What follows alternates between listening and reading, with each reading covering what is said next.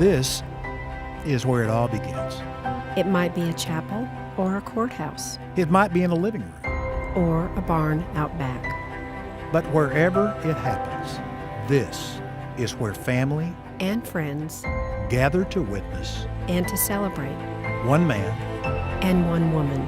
pledging themselves to one another before God For a lifetime. for a lifetime. It's here It's here that a lifetime of anniversaries begins.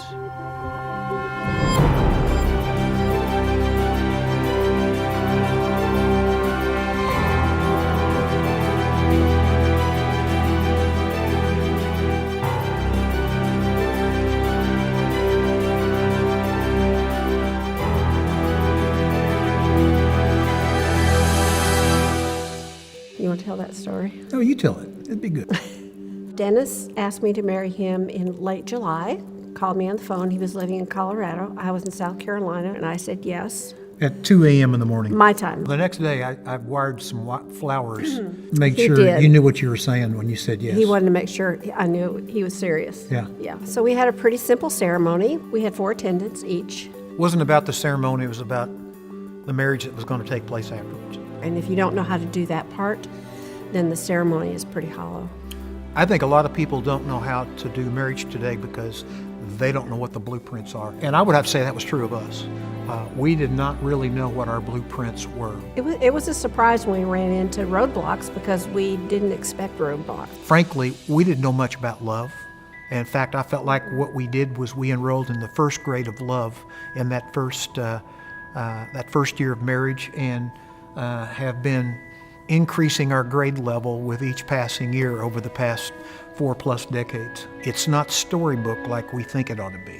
Yeah. It's not quitting. It's not tossing in the towel just because you go through a season or repeated seasons that are difficult. It's fighting the currents that are coming at you and coming against you, some of which are self-inflicted, which I'm sorry to say, over our 43+ years together, I've added a good number of those things to our marriage. As have I. In 1976, when we moved to Little Rock to help start FamilyLife, my specific impression was this was going to be a temporary thing. We had no idea that we were stepping into what would become one of the major cultural battlefields of the day. We were seeing the breakdown of the family, and we had no idea the depth of crisis that it would become, and how a ministry like FamilyLife would be a ministry for such a time as this.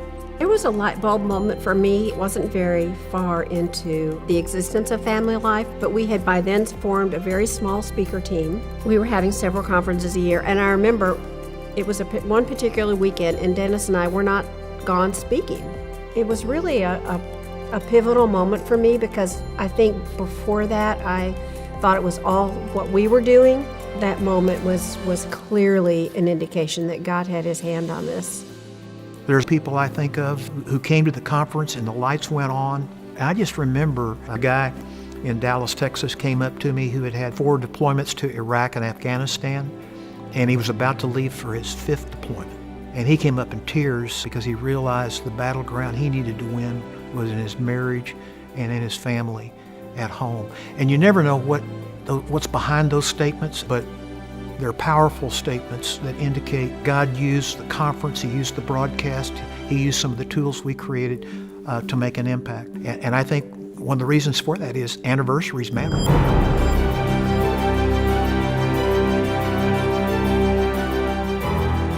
I wish somehow we knew the number of anniversaries that had been celebrated because of God's work through FamilyLife. Or the number of children who've been born because mom and dad didn't quit. Or the cycles that have been broken and the new legacies left, all because a husband and a wife looked each other in the eyes and said, our marriage is going to go the distance. This year, we're celebrating 40 years of God's favor on this ministry. But what we're really celebrating are all the anniversaries we've helped make happen because of what God has done through the ministry of FamilyLife.